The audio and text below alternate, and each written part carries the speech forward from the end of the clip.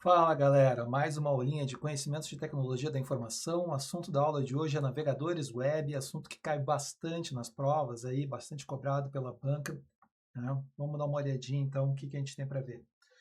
Primeiro, quero começar com vocês aqui perguntando se vocês têm ideia do que é a internet e www, World Wide Web, né? As pessoas acham que isso aqui é sinônimo, internet, www, mas na verdade não, tá? Internet é a infraestrutura global, tá? É a rede das redes, é o conjunto de todas as redes aí, então tem parte mais de infraestrutura, assim. Enquanto que www, World Wide Web, é um serviço que opera sobre a internet, tá? A internet, ela usa principalmente o conjunto de protocolos TCP/IP para transportar dados. Para quem não sabe do que se trata, recomendo dar uma olhada na minha aula de protocolos de rede, que explica basicamente como é que funcionam esses protocolos, como é que funciona essa questão da comunicação na internet, mas basicamente existe um protocolo para cada tipo de serviço, para cada função que opera na rede, na internet, tá? E o World Wide Web é um serviço, né, então, que opera sobre a internet, que usa principalmente os protocolos HTTP ou HTTPS para fazer a comunicação, tá?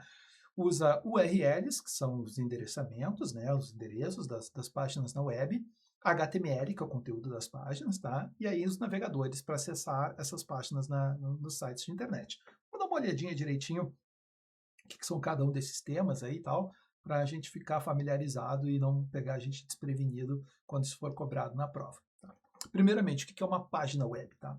Uma página web é um recurso acessível por uma URL, e a URL é o endereço da página, tá?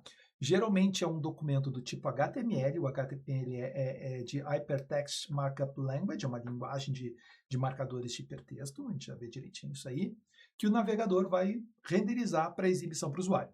Então, uma página é um recurso que é acessível para uma URL, geralmente um documento do tipo HTML, que o navegador renderiza para exibição. Tá? Então, URL é a sigla de Uniform Resource Locator, ou localizador uniforme de recursos. E é basicamente o endereço da página que a gente está acessando, certo? Cada página na internet ela tem uma URL. Tá? Para a gente conseguir acessar essa página, a gente precisa da URL dela. Qual é o endereço dessa página? Tá? Então, o HTML, como eu já falei, é um Hypertext Markup Language, é uma linguagem de marcadores de hipertexto, e aí o hipertexto é um texto que pode ter imagens, pode ter sons, pode ter tabelas, enfim, pode ter links para outras páginas, tá? Isso é um hipertexto, tá? E é um tipo de documento que define a estrutura e o conteúdo da página web. Então, vai ter lá no meu documento HTML, eu vou definir o que é o título da página, o que são os parágrafos, onde é que tem tabelas, onde é que tem imagens, tal. Tudo isso é definido no HTML, tá? Além disso, uma página web, ela pode ter uma parte dela que é um arquivo CSS, ou às vezes definido dentro do próprio arquivo, mas enfim. O HTML, ele define o conteúdo da página. E o CSS, que é a abreviação de Cascade Style Sheets, ela vai definir a aparência e o estilo visual da página. Cores, layout, fontes, enfim. E além disso, ele faz uma outra coisa muito legal, que é permitir adaptar a página da web a diferentes tamanhos, de telas de dispositivos, por exemplo. Então, quando vocês acessam uma página no smartphone, ela vai ter um formato de exibição para caber dentro daquela telinha ali. Tá? Se vocês acessam a página no computador, com monitor widescreen, ela vai se adaptar àquele monitor. Enfim, e conforme tu for ajustando o tamanho da página, o conteúdo dela, as coisas, as informações dela, elas vão se adaptando, se ajustando conforme o tamanho da tela. Tá? Quem faz isso, na verdade, quem deixa as coisas organizadas dentro, para não desmontar todos os menus, essas coisas assim, é o CSS. Quando bem feito, evidentemente. Mas se o CSS for mal feito, ele não vai ajustar as coisas. Mas enfim, tá? Além disso, existe uma outra coisa que são os JavaScript. O JavaScript ele pode vir no arquivinho separado também, ou às vezes dentro do próprio HTML, mas enfim, geralmente o HTML faz referência a esses arquivos de CSS e de JavaScript, tá? Mas o JavaScript ele cuida da interatividade e comportamento dinâmico dentro da página, tá? Para fazer as interações com os usuários, né? Que eu digito alguma coisa num campo, o que vai acontecer com aquela informação, se eu clicar num determinado botão, o que vai acontecer, enfim. Tá? Todo esse comportamento de interatividade ele é feito pelo JavaScript. tá? Algumas outras definições importantes aqui, tá? O site é um conjunto de páginas, tá? Então, às vezes a gente acessa uma página, quando a gente acessa um site, né? Às vezes, geralmente, a gente cai na página inicial do site e aí vai navegando por outras páginas dentro daquele site. Então, o site é um conjunto de páginas. Então, imagine um livro, né? O site seria um livro e cada página que eu vou acessando ali dentro é à medida que eu vou navegando pelas páginas do livro, tá? Página estática e página dinâmica, tá? Uma página estática é um conteúdo fixo, ou seja, é o mesmo HTML para todo mundo. Para qualquer usuário que acessar, em qualquer máquina, que quer que seja, vai apresentar o mesmo conteúdo, uma página estática. E uma página dinâmica, ela tem um conteúdo gerado conforme o usuário, conforme a sessão, conforme os dados que eu estou introduzindo na página. Dependendo do que eu coloco na página, ela vai apresentar um conteúdo diferente. Isso seria uma página dinâmica. E é muito usado, então, por exemplo, para banco, redes sociais. Né? Banco, o usuário ele loga com o usuário dele no banco ali, e ela vai mostrar as informações da minha conta. Né? A mesma coisa redes sociais. Eu logo, dependendo de quem está logado, ela vai mostrar o conteúdo dessa pessoa e um feed, né, da página da rede social completamente diferente. Tá? Links e hiperlinks, né? Então, o caminho entre as páginas. Um link, na verdade, nada mais é do que um atalho para uma outra página. Quando eu clico no link, o conteúdo de um link aponta para uma URL, ok? Para um endereço diferente de uma outra página, certo? Bom, e o que acontece quando a gente tenta acessar um site na web, né? Primeira coisa, quando a gente abre uma página, a gente tem ali uma barra de endereços, geralmente vem, quando eu abro o navegador, às vezes ele está configurado para abrir uma página inicial ali, mas se eu quero ir para uma outra página, quero ir para algum outro lugar, geralmente eu digito o endereço da página que eu quero ali. E se eu não sei o endereço, eu vou pesquisar por alguma coisa que pode ser feita dentro daquele campo ali, então, da barra de endereços. Tá? Se o que eu digitar ali não corresponder a uma URL, o navegador joga para um motor de busca e de pesquisa, mas isso a gente vai falar daqui um pouco mais. Por enquanto eu quero falar da URL. Tá? Então, nessa barra de endereços, o usuário ele insere uma URL, então, que é o endereço da página que ele quer acessar, certo?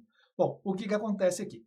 Essa URL, então, é o endereço de um site, de uma página específica, ou outro recurso qualquer no site na web. Tá? Por exemplo, www.microsoft.com, maps.google.com, workspace, enfim. O que quer que seja que eu digite ali que representa uma URL, é um endereço de uma página. Tá? E não necessariamente de um site, mas pode ser de um serviço que é publicado em um site da web. Tá? A primeira parte, vocês podem ver que todos os meus exemplos ali, eles começam com HTTPS. A primeira parte, essa primeira partezinha antes das duas barras ali, tá? É um protocolo. Ele define como os dados serão transferidos. Então, se o dado ele é transferido usando o HTTP, ele é transferido de uma forma. Se ele é transferido usando HTTPS, ele é transferido de outra forma. E a diferença entre o HTTP e o HTTPS é segurança, nós vamos falar mais sobre isso depois, mas basicamente o HTTP sem o S transfere os dados em texto claro pela internet, enquanto que o HTTPS também faz a mesma coisa, só que criptografado. Né? Ele gera confidencialidade para quem está fazendo o acesso das páginas. O FTP é um protocolo para transferência de arquivos. É diferente um pouco do HTTP. O HTTP também transfere arquivos, mas não. O FTP é específico para isso, para essa finalidade de transferência de arquivos, tá? Depois a gente tem ali um domínio principal, que nos exemplos ali, por exemplo, é o Microsoft.com ou o Google.com. Por que não tem o www.microsoft? Essa parte ali do www é o que a gente chama de subdomínio. E ele representa um site ou um serviço e ele é opcional. Então, eu não preciso, por exemplo, colocar www para acessar o site da Microsoft. Se eu colocar microsoft.com, ele vai cair na página no site da Microsoft. Tá? Então, esse uso do www, o uso está caindo em desuso. Tá? Mas, enfim. Tá? Mas poderia ser maps.google, que é um serviço de mapas do Google. Ou poderia, sei lá, login.microsoft online, que é um serviço de login no site da Microsoft. Ou account.microsoft.com, que é um serviço de contas no site da Microsoft. Enfim, tá? Só exemplos aqui, tá? E o que vem depois do domínio principal é o caminho da página. E aí ele pode ter uma pasta e depois um arquivo, pode ser o arquivo direto na raiz do domínio, mas enfim. Tá? Se tudo que vem depois daquela barra que vem mais à direita, que é logo depois do domínio principal, tudo ali para adiante é caminho da página. Tá? Bom, enfim, seguindo adiante. Uma vez que o usuário colocou o URL dele ali e dá o Enter na página, que o navegador vai fazer? Ele vai jogar esse pedido dessa página para um serviço chamado DNS, Domain Name System. Ele vai pegar o site, o domínio principal daquele site, aquela página que vocês estão tentando acessar, e vai jogar para um serviço e vai dizer assim, ó, eu preciso saber qual é o endereço do servidor na web que responde por esse site aqui. Tá? E aí esse serviço do DNS ele vai fazer a tradução do nome do domínio para o endereço IP do servidor da web que responde por aquele site. Tá? Porque os computadores na internet eles não se comunicam por domínios, eles se comunicam por endereços IPs, e IP é de Internet Protocol. Então, todo computador, ele precisa, para ele se comunicar com outro computador, ele precisa saber, na internet, ele precisa saber o endereço IP daquele computador. Esse é o padrão para comunicação na internet. Eles se comunicam por endereços IPs. Então, para o navegador conseguir acessar um site primeiro, ele primeiro precisa saber como é que ele chega no servidor web que responde por aquele site. E aí o DNS faz isso. Ele é tipo um catálogo, uma lista telefônica. Agora eu denunciei a idade. Lista telefônica, eu acho que nem existe mais lista telefônica. Mas antigamente a gente tinha lista telefônica, que tinha o nome das pessoas e o telefone. Hoje em dia todo mundo tem isso na agenda, né? Mas imagina que vocês, na agenda de vocês, vocês não têm o telefone de alguém, de uma pessoa. Não tem cadastrado. Então, é um serviço que responde. Você dá o nome da pessoa, ele responde com o telefone daquela pessoa. Ou um catálogo de CEPs que responde. Você dá o nome da rua e ele responde pelo CEP da pessoa, e o correio trabalha com CEP, né? Não com nomes de ruas, mas enfim. Tá? Então, como se o navegador consultasse uma lista telefônica. E aí, esse endereço, esse serviço DNS, tem um servidor de DNS que opera esse serviço, e ele vai responder, então, para o navegador. O endereço IP desse site que tu quer acessar aqui é esse. Tá? Aí o navegador vai fazer uma conexão com o servidor web. Tá? O navegador vai estabelecer uma conexão com o servidor web que armazena os dados do site que está sendo acessado. Normalmente ele faz essa conexão usando um protocolo chamado TCP, que é um protocolo orientado de transmissão orientado à conexão. Ou seja, orientado à conexão significa, antes de fazer qualquer atividade junto com ele, eu preciso estabelecer uma conexão com ele. Tá? E aí essa conexão, às vezes, se a gente estiver fazendo isso usando HTTPS para tentar acessar o site, ele vai tentar estabelecer uma conexão segura com o site, usando TLS, que é um outro protocolo para fazer autenticação e criptografia na web, certo? Então, o HTTPS, que é uma modificação, uma versão do HTTP com segurança, o S de segurança, ele usa TLS embutido, então, para fazer a criptografia e a autenticação com o servidor. Tá? Então, se ele está usando HTTPS, ele vai primeiro verificar a identidade do servidor, para saber se o site é quem diz ser, não é um site fraudulento, enfim, vai verificar, vai se autenticar com o servidor, verificar a validade desse site, e aí depois ele vai fazer toda a comunicação criptografada com ele. E aí, estabelecida a conexão, o navegador faz uma requisição HTTP ou HTTPS, se for segura, solicitando a página da web, geralmente um arquivo HTML. E aí o servidor vai responder com o código de status e o conteúdo.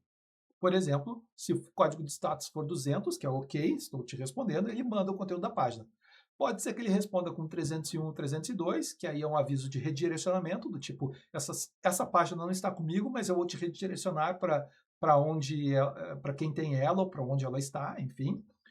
Pode ser um 403, que é o forbidden, né? Significa esse acesso a essa página que não é permitido para ti, está proibido de acessar ela. Pode ser um 404, que é o not found, essa página não foi encontrada. Aí geralmente é porque o endereço da URL está errado, tem algum erro de digitação ali, ou um link quebrado, alguma coisa assim, enfim. Pode ser um 503, service unavailable, o serviço está indisponível porque o site está sobrecarregado, porque o site está fora do ar, enfim, alguma coisa assim. Ok? Bom, responde então com a página, e aí quando o navegador recebe o conteúdo da página para ser exibida, ele vai renderizar a página, que nada mais é do que carregar e montar a página para exibição do usuário. Tá? O navegador vai interpretar os dados recebidos no servidor, tá?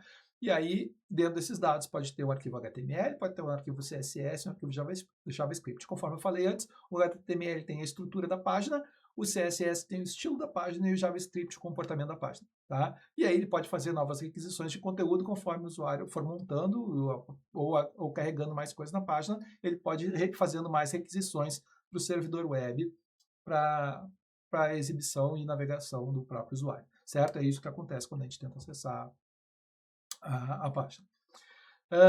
Sobre domínios, tá? Tipos, níveis e classificações de domínio. Já falei para vocês o domínio principal, que é o nome principal da organização, registrado e usado como base, por exemplo, empresa.com.br. Nos exemplos que eu usei antes, eu falei do Microsoft.com, do Google.com. E aí tem os subdomínios, que são as variações abaixo do domínio principal. E aí pode ser um www, que representa o site da empresa, pode ser um mail.empresa.com.br, que é um serviço de e-mail na web, né?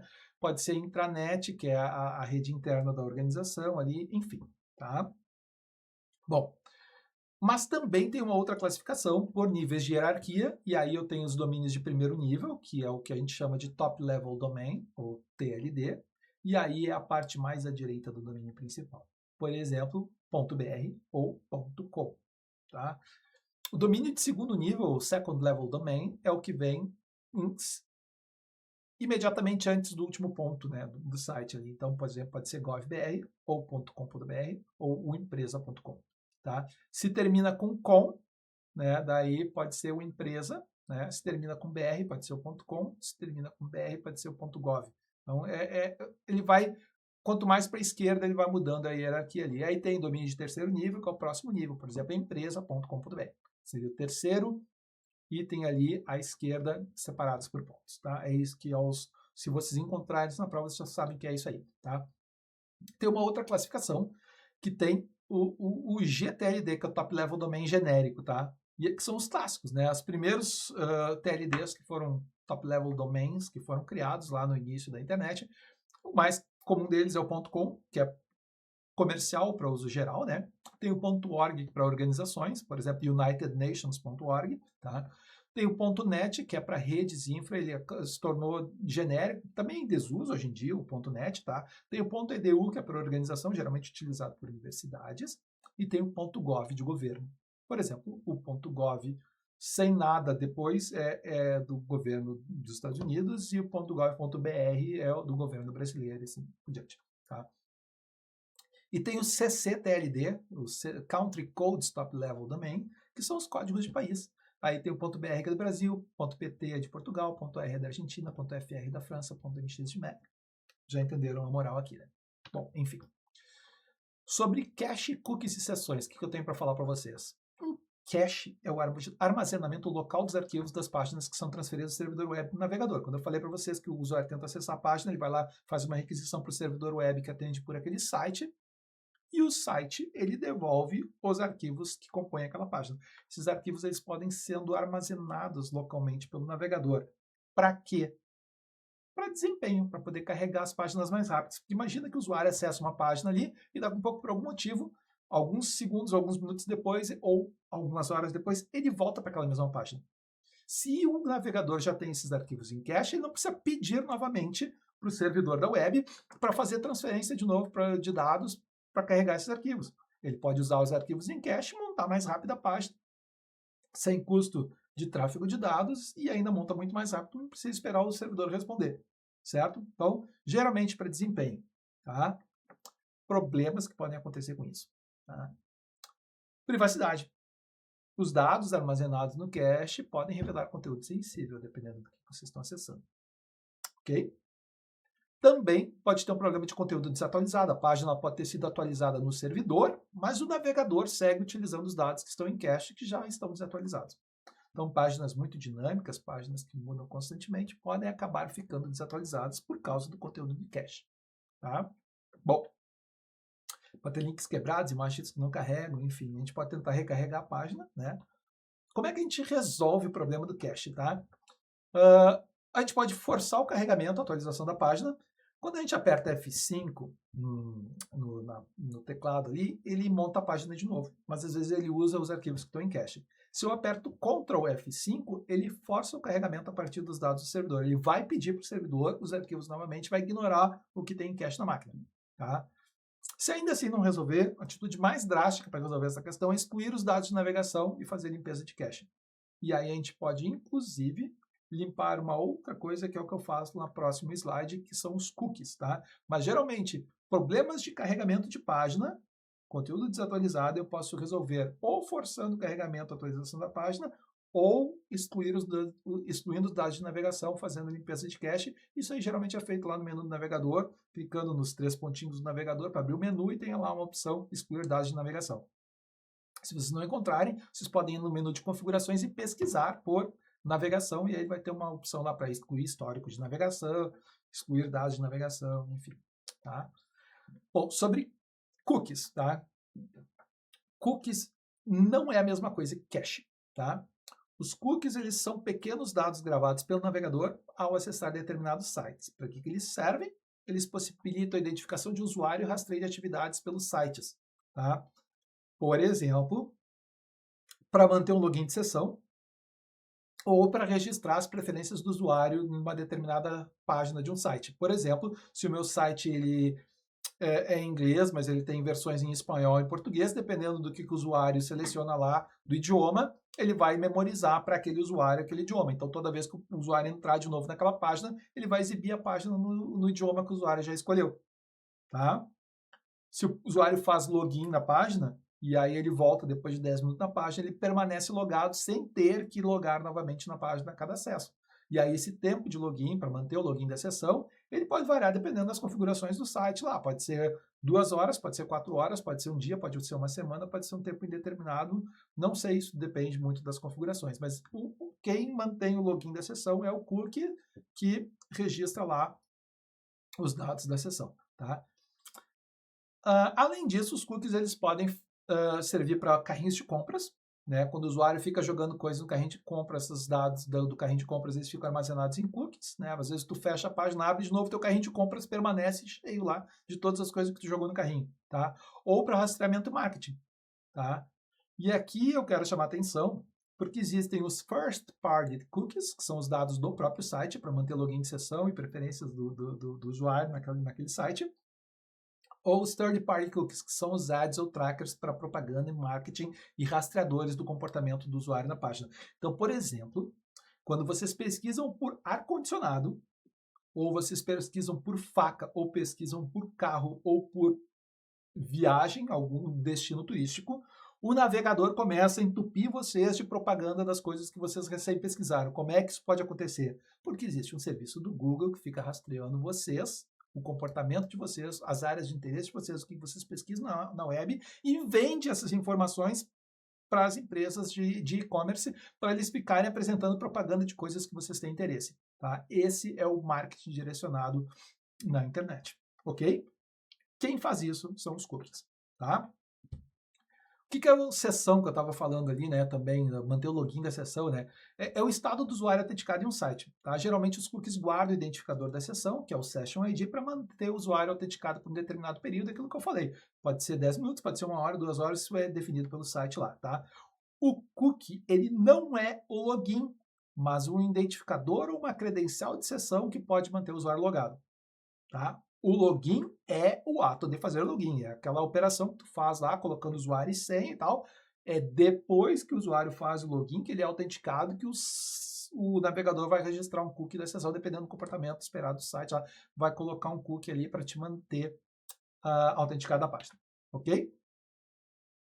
Bom, e aí tem aqui para excluir dados de navegação, que eu falei para vocês, tem aqui um exemplo, né, de como é que a gente exclui os dados de navegação, por exemplo, no Microsoft Edge, tá? Vai lá no menu, vai excluir dados de navegação e eu posso definir o período que eu quero. Se eu quero excluir os dados de navegação da última hora, eu posso marcar aqui se eu quero excluir os cookies e outros dados em site também. Então, veja que eu posso excluir o cache, o histórico de navegação, o histórico de downloads e os cookies e dados de outro site, além de outras coisas, tá? Eu posso excluir de todo o período também, desde que o navegador foi instalado ou desde a última vez que foram apagados todos os dados. Enfim, eu posso escolher um intervalo de tempo ali, tá? Aqui eu tenho o exemplo de como é que a gente faz isso no Google Chrome, tá? Mesma coisa, acesso ao menu, vai em excluir dados de navegação. E aqui eu tenho do Firefox, tá? O Firefox eu não tenho lá no menu inicial uma opção para excluir, pelo menos na versão mais recente do Firefox, mas eu posso entrar em privacidade e segurança e ali eu tenho para excluir senha, para excluir histórico de navegação, excluir cookies, enfim, tá? Você dá uma olhadinha ali, tá? Uma outra parte importante de cache, cookies e sessões é a questão da navegação privada, tá? Para que serve isso? O que faz a navegação privada, ou melhor, o que não faz? ela não salva o histórico local e não mantém cookies, reduzindo o rastro do navegador. Tá? Isso aqui é ótimo para ocultar a atividade do usuário, mas ele oculta a atividade do usuário apenas na máquina. Tá? Ela não impede o rastreamento pela rede ou que os administradores da rede saibam o que foi acessado.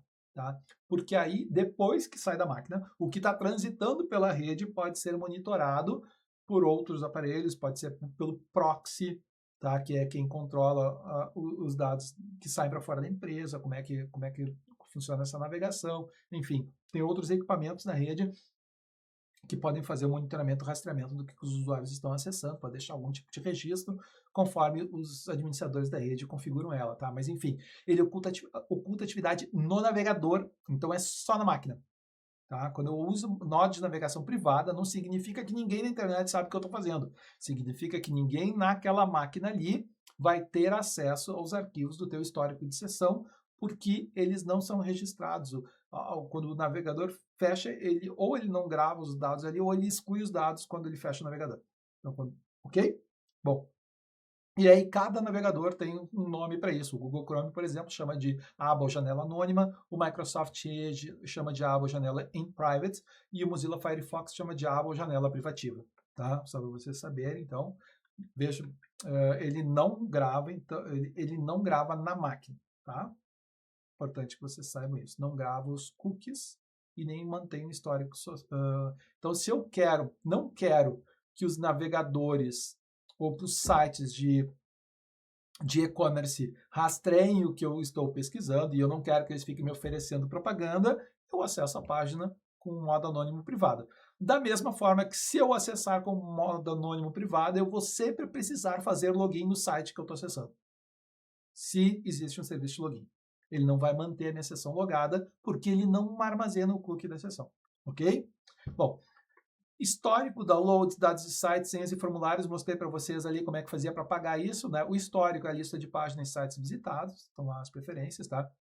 Os dados de site, né? Cookies, armazenamento local, as permissões do usuário no site, enfim, tá? Ou downloads, os arquivos que o usuário clica para salvar lá, para baixar, né? Quando tu abre uma página, tu quer baixar um arquivo de um PDF, alguma coisa assim, tu clica lá com o botão direito e escolhe salvar como, né? Isso vai para os downloads. Ou quando tu clica e ele pergunta, tu quer abrir ou quer salvar, tá? É os downloads, tá? Então, ele sempre vai, o conteúdo que vocês vão baixando, ele vai salvando lá nos downloads. Não é bem exatamente aquilo que é o histórico de navegação, que é os arquivos que ficam em cache na máquina, tá? Senhas. Existe a possibilidade de salvar senhas nos sites ou não salvar. Tá? Assim como existe a possibilidade... eu vou falar depois disso para vocês. Tá? Mas possibilidade de salvar senhas nos sites ou preencher, memorizar o preenchimento de formulários. Vocês já viram que às vezes a gente preenche um campo lá e toda vez que a gente entra naquele campo ele já tem as últimas coisas que foram preenchidas ali para a gente selecionar. Tá? Então, pode ser bom, pode ser ruim. Tá? Aí vocês podem configurar isso. Eu quero salvar ou eu não quero salvar. Quero memorizar ou não quero memorizar. Mas ainda dá para fazer isso usando exceções. Para determinados sites eu quero salvar, para outros não. Os sites que eu confio, eu vou colocar na lista das exceções. Então aqui, esses aqui pode salvar. Os outros não quero que salve. Tá? As configurações onde a gente faz isso, né? De escolher se a gente quer salvar preenchimento automático, salvamento de senhas. No Microsoft Edge, a gente vai lá nas configurações, vai em senha e preenchimento automático, vai em gerenciador de senhas da Microsoft, vai em configurações. Aí ali eu tenho as opções para preencher a senha do site, entre outros, ou, sei lá, pelo menos registrar exceções aqui, enfim, tá? No Firefox, a mesma coisa, eu posso entrar lá em privacidade e segurança, eu tenho ali as senhas, aí eu posso registrar as exceções, enfim, posso marcar para nunca salvar, ou perguntar se eu quero salvar. Isso tudo pode ser definido nas configurações, só para vocês saberem que existe opções para fazer isso, tá? E no Chrome, que é essa última telinha que abriu aqui, eu posso ir lá no menu do Chrome e senhas e preenchimento automático. Daí eu tenho o gerenciador de senhas do Google, endereço mais para ver as questões de salvar automaticamente, preencher automaticamente os formulários, enfim. Tá? Outro item que cai bastante, tá? Aqui, questão muito cobrada nas provas pelas bancas é a questão de segurança na web. Tá? As conexões seguras, tá? O tal do HTTPS que eu falei para vocês. O protocolo HTTPS ele estabelece uma conexão segura entre o navegador e o servidor web responsável pela página que está sendo acessada. Veja, não é toda a comunicação do micro de vocês. É a comunicação do navegador com aquele site que está ali naquela aba específica, tá? Como é que eu sei que existe essa conexão segura? Ou eu tenho um HTTPS antes do domínio, mas sempre eu vou ter o desenho do cadeadinho. Tá? Se tiver o cadeadinho ao lado da HTTPS lá na barra de endereço, eu sei que eu estou estabelecendo uma conexão segura com o site. Se tiver uma barra, um tracinho por cima do cadeadinho, eu tenho problemas ali, muito provavelmente porque não consigo verificar a identidade do site, validar a identidade do site. Tá? Enfim, mas aparecendo o cadeadinho, está tudo certo. Se tiver uma barrinha, desconfiem, tem algum problema ali. Tá? Se houver a representação do cadeadinho ou o HTTPS escrito ali, tal, sem nenhuma mensagem erro, sem nenhuma mensagem vermelha, nada indicando algum problema, isso indica que a identidade do servidor web foi validada e que a comunicação entre o navegador e o servidor é criptografada, garantindo confidencialidade de tudo que está sendo trafegado ali, entre o navegador de vocês e o servidor da web. Então, usuário e senha, criptografado, qualquer informação bancária, o que quer que seja, eu sei que está sendo criptografado e que a identidade do servidor foi validada. Tá? Acessei meu site do banco, tem um cadeadinho ali, é o meu site do banco de verdade, a minha comunicação está sendo criptografada. Sempre, pelo amor de Deus, sempre verifiquem o cadeadinho ali. Tá? Bom, o que é importante aqui saber? Tá? Existe uma coisa chamada phishing. Um ataque de phishing é um tipo de ataque que usa uma isca para fazer com que o usuário forneça os dados pessoais. Phishing parece com o inglês phishing, né, com F-I, né, só que é um nome estilizado, né, tá? É uma analogia ao phishing de pescar, porque ele joga uma isca para fazer com que o usuário forneça seus dados, né, para o atacante que está ali tentando extrair alguma informação. Tá? Então, sites fraudulentos podem se passar por sites de banco ou outros serviços, exigindo uma autenticação com usuário e senha. Então, tipo, eu sou cliente do Banco do Brasil, por exemplo, né? Então, eu acesso o meu site do Banco do Brasil através de um link que eu recebi por e-mail, mas aquele link não é do Banco do Brasil, é de um site que se passa pelo Banco do Brasil. Tem uma pequena variação em alguma letra, alguma coisa assim, no nome do domínio ali, e o conteúdo da página é exatamente igual ao do meu banco.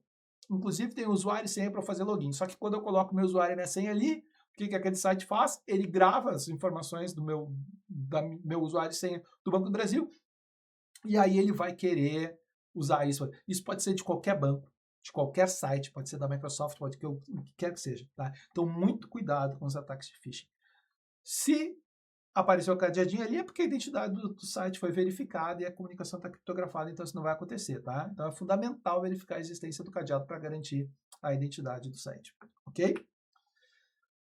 Pop-ups e redirecionamentos, tá? Tem alguns sites que usam recursos para abrir o conteúdo em uma nova aba ou uma nova janela para fazer um login numa página, alguma coisa assim. Mas tem outros sites que usam isso indevidamente para ficar redirecionando para outros lugares, fazer muitos direcionamentos, abrir muitas páginas de propaganda, alguma coisa assim, e isso pode ser ruim para o usuário. Então, todos os navegadores trazem um recurso para bloquear pop-ups ou redirecionamentos e também para bloquear a execução de JavaScript, por exemplo, que é aquela que eu falei da programação que controla o comportamento da página, porque às vezes pode ter uma programação maliciosa para tentar fazer o navegador fazer algum tipo de comportamento estranho que tente, sei lá, coletar alguma informação de vocês, alguma coisa assim, enfim. Então, existem bloqueadores para essas coisas, tá? E aí, geralmente, quando ele bloqueia um pop-up, ele bota um sinalzinho que é um ícone representando uma janelinha e uma barrinha em cima, um slash, né? Dizendo, e dá um anúncio, né? Pop-up foi bloqueado aqui. E aí tem uma opção de sempre permitir pop-ups desse site aqui ou continuar bloqueando os pop-ups desse site aqui, tá? As configurações de privacidade e segurança dos navegadores, tá, permitem bloquear sempre ou permitir sempre os pop-ups de uma forma geral, ou adicionar exceções permitindo que sites específicos, naqueles nos quais eu confio, tá, para que eles abram as novas abas ou as janelas, os pop-ups, né, apenas nos sites que eu confio e bloqueio para o resto. Esse é o comportamento ideal. Bloqueia tudo e libera os que vocês confiam, certo? Da mesma forma, é possível gerenciar a execução de JavaScript. Então, quando eu entro nas configurações de privacidade e segurança, eu tenho lá, eu quero bloquear a execução de JavaScript por padrão, mas para esses sites aqui eu vou adicionar como exceção que esses sites eu quero que execute. Tá?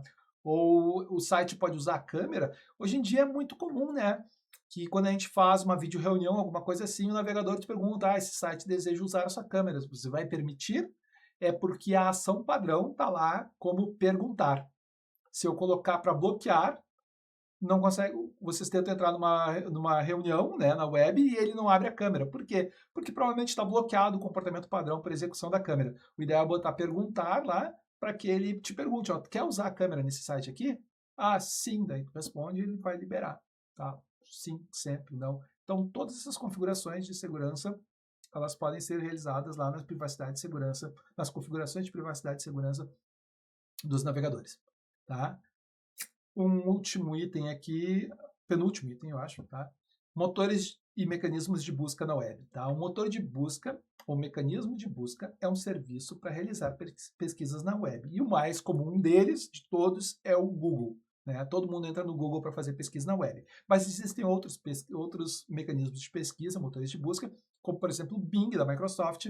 Tinha o Yahoo, não sei se ainda existe o Yahoo, mas, enfim, existem vários que a gente pode fazer pesquisa. O que esses mecanismos de busca fazem? Eles fazem 3 operações. A primeira é uma coisa chamada crawling, ou rastreamento, em que robôs visitam páginas na web para ficar fazendo levantamento de informações e analisando o que tem, né, o conteúdo das páginas, tal. E aí, com base nesse conteúdo das páginas que eles vão visitando, eles vão fazendo a indexação, onde o conteúdo que eles pesquisaram vira um índice pesquisável. E esse índice ele vai ser ordenado, né, em um ranking que vai ordenar esses resultados por relevância. Então, dependendo do termo que vocês usam na busca de vocês, em alguns sites eles vão ter mais ou menos relevância. Tá? É isso que os motores, os mecanismos de busca fazem. Tá? Negócio mais complexo, mas basicamente ele faz isso aqui. Tá? Os navegadores eles trazem embutidos mecanismos de busca mais famosos. Tá? É possível definir um mecanismo de busca por padrão ou adicionar novos mecanismos. Tá? Geralmente o navegador ele traz um mecanismo de busca padrão ali.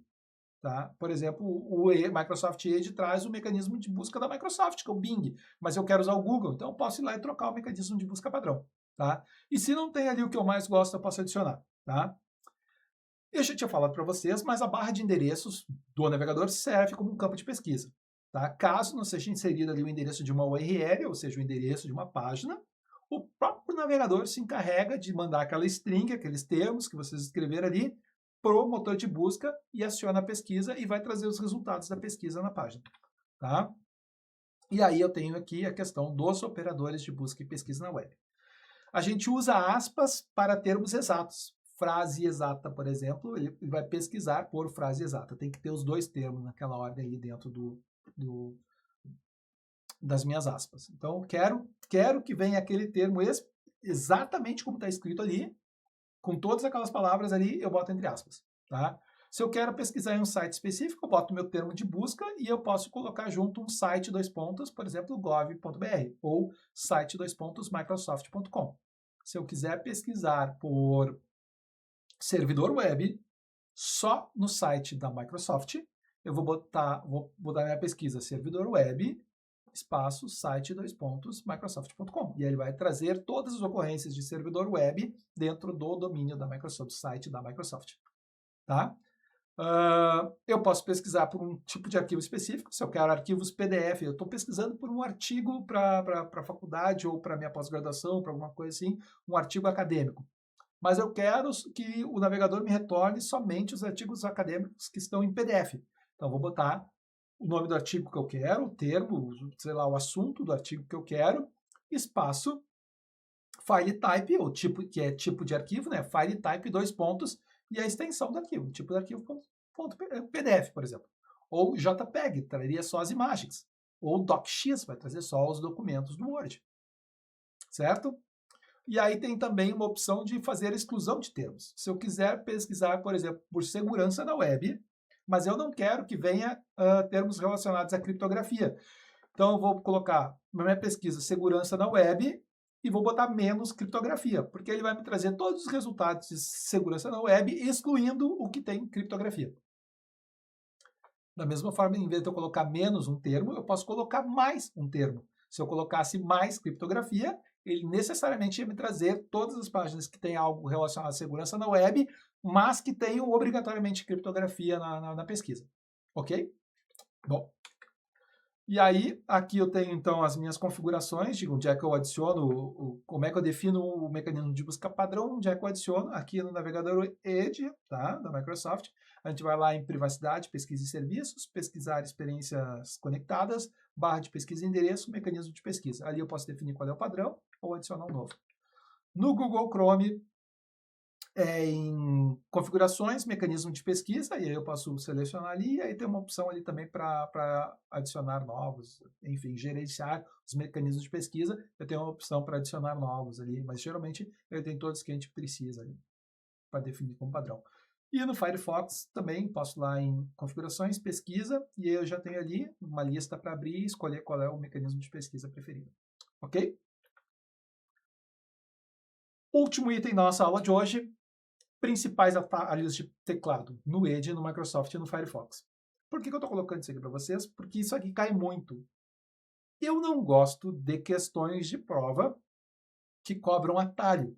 Porque atalho é um negócio que o cara só usa se é uma operação que o cara executa muito. O usuário não fica decorando atalhos, né? Quando tem alguma coisa que tu faz muito, tu vai lá, se interessa por olhar qual é o atalho que faz aquilo para uma questão de praticidade na tua vida. Ah, mas ninguém fica decorando atalhos. Então, quando o cara da banca faz uma questão sobre atalho, me parece que ele teve um pouco de preguiça de pensar em alguma coisa melhor, tal, e aí ele fica cobrando atalho de vocês, tal. Eu não vou ler todos os atalhos para vocês aqui, porque ia ficar muito maçante, a gente ia perder muito tempo na aula, tal, mas eu vou dar algumas dicas, tá? Eu vou pedir para colocar junto com o material de apoio dessa aula aqui, uma tabelinha em PDF, um arquivo PDF com essa tabelinha aqui para vocês usarem de referência, tá? Mas eu quero falar algumas dicas de alguns atalhos que tem aqui para vocês decorarem algumas coisas. Por exemplo, o Ctrl T, a letra T é de Tab, porque Tab é aba em inglês. Então o Ctrl T abre uma nova aba. O Ctrl Shift T, o Shift ele é um modificador, né, do Ctrl T. Então, o Ctrl Shift T, ele reabre a última aba fechada. Tá? O Ctrl N, o N é de new, novo, nova. Ele abre uma nova janela. E o Ctrl Shift N, ele é um modificador do Ctrl N, só que ele não vai reabrir a última aba fechada. Ele vai abrir uma nova janela de navegação privada ou uma nova janela anônima, tá? No Edge e no Chrome. Porque o Firefox quis ser diferente aqui, então ele não usa o Ctrl Shift N, ele usa o Ctrl Shift P, porque o nome dessa função no Firefox é nova janela privativa. Tá? Então o Ctrl Shift P no Firefox abre uma nova janela privativa. Tá? Mas o Ctrl Shift N abre uma nova janela anônima privada no Edge e no Chrome. Tá?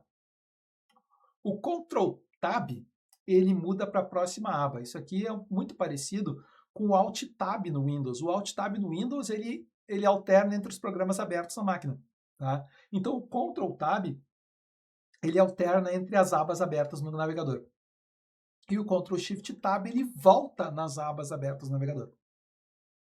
O Ctrl Tab ele vai adiante nas abas. E o Ctrl Shift Tab ele volta nas abas. Tá? O Ctrl R, o R de Reload, ele recarrega a página. É a mesma coisa que o F5, que vocês ficam clicando no teclado para atualizar a página lá. O Ctrl F, o F é de Find, ele abre a pesquisa na página. Tá? O Ctrl P é de Print, ele imprime a página. E o Ctrl S é de Save, ele salva a página. Certo, pessoal?